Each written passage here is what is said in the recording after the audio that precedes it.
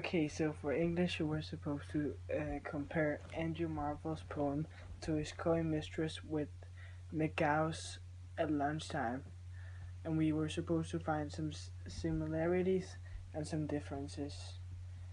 Um, uh, both poems, uh, both poems' themes are about love, and but they have two very different settings, and the language in both poems is very different.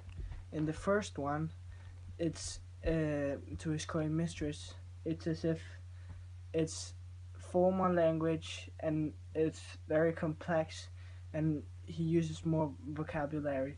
While in the second one, McGow's at lunchtime, he uses everyday language, and it's as if he's as if a kid has written it, and it's very simple and informal, and there is a lot of grammar mistakes.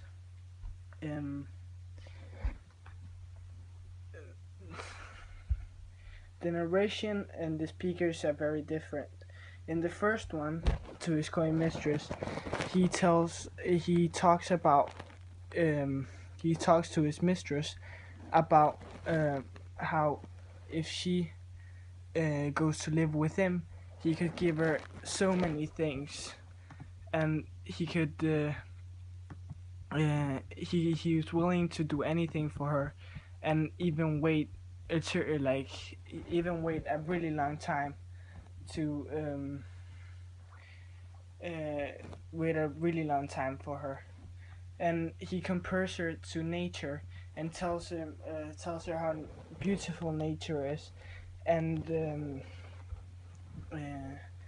he tells her that if she goes to live with him, she can when she wakes up she can hear birds singing, and she can he will give her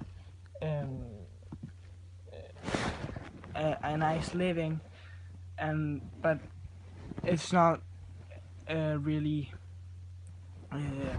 he's not really serious, because he's not a person that owns a lot of money.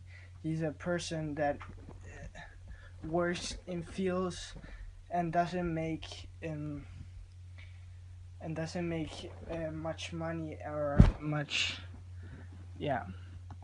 And we can see that in many different places. For example, when he says, and he uses a lot of metaphors in the text. He uses a lot of metaphors, as in my vegetable love should grow, and he tells her that he has all the time in the world, but at the end there is a turning point where he says,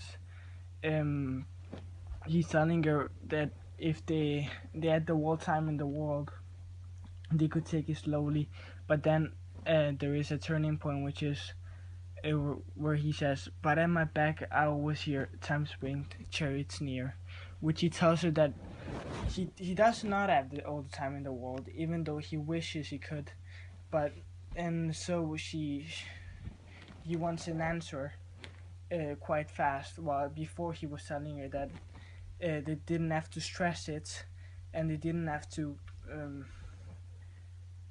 stress it, and didn't have to hurry up in doing stuff, and for her to telling him that if they should move together or not.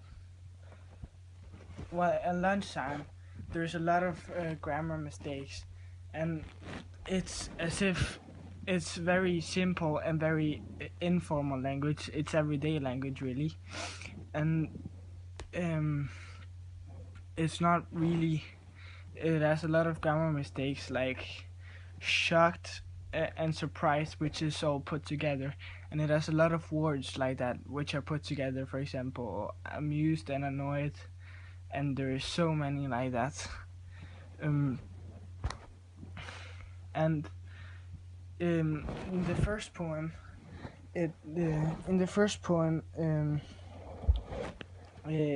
there's a lot of rhymes, and it's every couplet. There in every stanza there is two couplets. There is two lines that rhyme. For example, "Ed we but the world and time, this coyness, lady, were no crime." That's the first. That's the first two lines, and there is two rhymes: time and crime. Another example is, "We would sit down and think which way to walk and pass a long love's day." And that's way and day. They also rhyme, and um, every line, every two lines, there is a rhyme. So, for example, um, the first and second line they rhyme, the third and fourth, the fifth and sixth, and so on, and he keeps going all the way till the end. Why in the first time in and that was in his into his going mistress. While in lunchtime, um, there isn't really any rhymes. There is there just isn't many rhymes, and it's yeah.